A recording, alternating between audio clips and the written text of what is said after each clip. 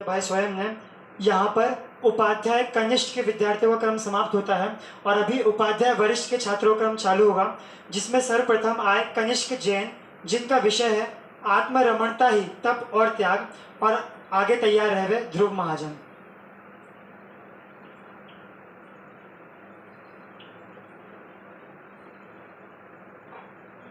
ओम नमः सिद्धेभ्य। आज की इस प्रवर्तमान गोष्ठी में मेरा प्रतिपादित केंद्र बिंदु है आत्मरमणता ही तप और त्याग, जिनको मैं 3 बिंदु के माध्यम से प्रस्तुत करूंगा। वो बिंदु आप पीपीटी के माध्यम से देख सकते हैं। अभी हम चलते हैं अपने पहले बिंदु की ओर, जो कि उत्तम तप का स्वरूप। उत्तम तप की जो बहुप्रचलित परिभाषा हमको मिलती है वह है इच्छा निरोध तप, इच्छा का निरोध ही तप है। इसी की परिभाषा बताते हुए आचार्य जयसेन तात्पर्य वृत्ति की 79 गाथा में लिखते हैं कि समस्त रागादि प्रभावों की इच्छा का त्याग और आत्म स्वरूप में रमणता ही तप है। अभी हमने इनकी परिभाषा देखी। अब जो उत्तम शब्द है वह सम्यक दर्शन के सत्ता का सूचक है, अर्थात सम्यक दर्शन के बिना यदि जीव कोई भी तप करता है तो उसको उससे कुछ भी लाभ मिलने वाला नहीं है। इसी को बताते हुए कुंद आचार्य समय सार की 152 गाथा में लिखते हैं कि आत्मानुभूति से रहित जीव कितना भी तप कर ले वह तप बाल तप कहलाता है। उसको बाल तप की संज्ञा दी है उन्होंने। अब ऐसे ही भाव को पंडित दौलत राम जी अपनी छेड़ाला में स्पष्ट करते हैं कि कोटि जन्म तप तपे ज्ञान बिन कर्म झरे जे, ज्ञानी के क्षीण माई त्रिगुप्ति ते सहज ठहरे थे। कि अज्ञानी मिथ्या दृष्टि आत्मानुभूति से रहित जीव करोड़ों बार तप करे तो भी उसको रंच मात्र भी कर्म का अभाव होने वाला नहीं है। इस प्रकार से अभी हमने सम्यक दर्शन की सार्थकता उत्तम पद के माध्यम से समझी। अब इस तप की महिमा क्या है? इस तप की महिमा बताने के लिए पंडित ध्यानत राय जी अपनी पूजन में लिखते हैं कि जो तप है यह कर्म रूपी पर्वतों को भेदने वाला है और इंद्रादिक भी जिसको करना चाहते हैं और जो सच्चे सुख को प्राप्त कराने वाला है, ऐसे तप को तो हमें अवश्य ही करना चाहिए।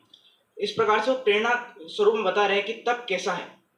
अब इतने महान तप को लोग बाह्य क्रियाओं से जोड़ लेते हैं। वह बाह्य क्रियाओं से जोड़ना कितना उचित है यह भी हम समझेंगे।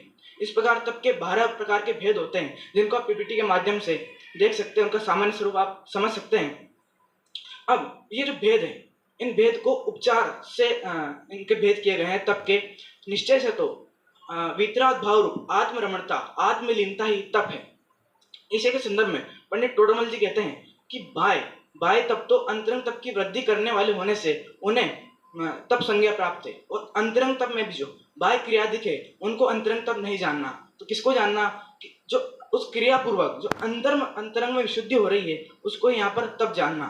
हम देखते हैं कि बाह्य में तो लोग बहिरंग क्रियाओं को ही तप मानते हैं, बाह्य क्रियाओं को ही तप मानते हैं। एक तरफ 10 उपास करने वाले मुनिराज हो और एक तरफ ज्ञान ध्यान तप में लीन मुनिराज हो, तो ये जो दुनिया है यह जो 10 उपास कर रहे हैं उनको ही महान मानेगी। और वास्तव में महान है कौन, यह बताते हुए आचार्य समंत्रबद्ध देव कहते हैं कि ज्ञान ध्यान तपोर तपस्वी से प्रशस्ते, ज्ञान ध्यान और तप से युक्त तपस्वी प्रशंसनीय है, प्रशंसा करने के योग्य है। इस प्रकार से हमने समझा कि वास्तव में आत्मलीनता आत्मस्वरूप में रमणता ही तप है।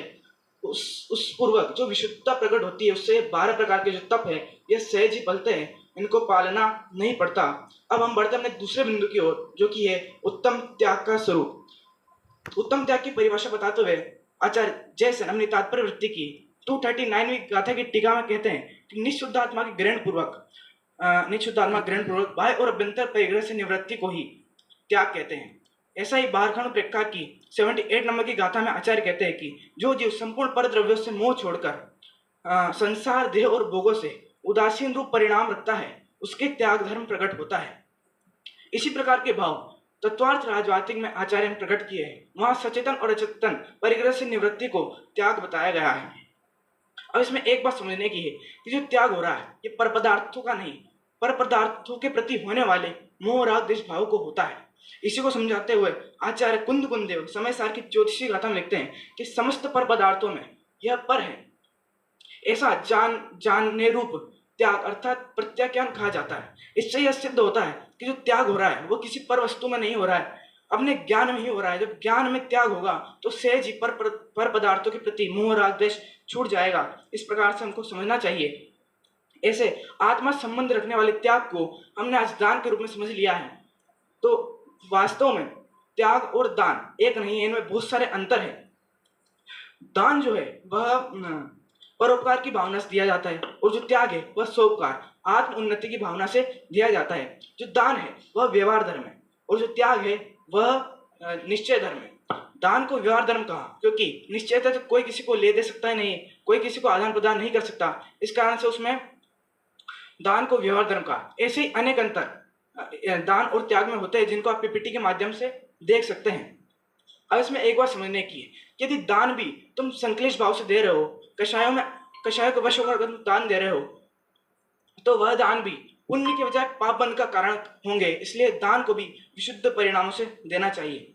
अब हम ग्रस्तों की अपेक्षा से बात करें तो ग्रस्तों को तो दान देना ही चाहिए, पर दान देते हुए एक बात ध्यान रखनी चाहिए कि दान उत्तम पात्र को ही देना चाहिए। देखना चाहिए कि हम जो जिसको दान दे रहे हैं वो सही उपयोग हो रहा है कि नहीं हो रहा है उसका, तो उसी को ही दान देना चाहिए। दान उत्तम पात्र को देना चाहिए। ऐसा धन के संबंध में भी आप समझ सकते हैं।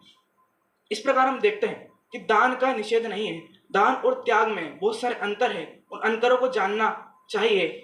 इसका मूल निष्कर्ष यह निकला कि जो दान है वह पुण्य है और जो त्याग है वह धर्म है। इस प्रकार से हमको समझना चाहिए। अब हम बढ़ते अपने तीसरे और अंतिम बिंदु की ओर, दोनों में समन्वय। अभी हमने दोनों धर्मों का स्वरूप अत्यंत संक्षेप में समझा। तो इसमें जो तप है उससे इच्छाओं का अभाव हो गया। जब इच्छा ही नहीं रही, जब किसी चीज की चाह ही नहीं रही, तो उस वस्तु के प्रति मोह राग द्वेष का भाव भी सहज ही टल जाएगा। और अब इससे हमें दो बातें ख्याल में आती है कि एक तो तप पूर्वक त्याग होता है, और दूसरी बात कि जब आत्म विशुद्धि होगी तो सहज ही बाह्य आचरण होगा, उसको पालना नहीं पड़ेगा। जिसको पालना पड़े वह धर्म नहीं है, धर्म तो सहज ही पलता है।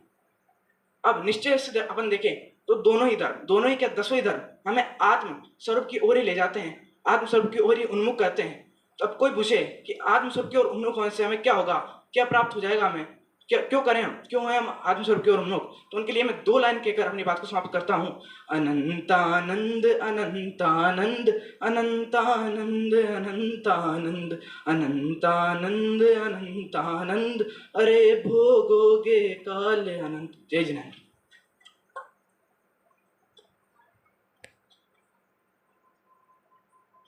अच्छा विषय स्पष्ट किया कनिष्क जैन ने। अब आगामी वक्ता के रूप में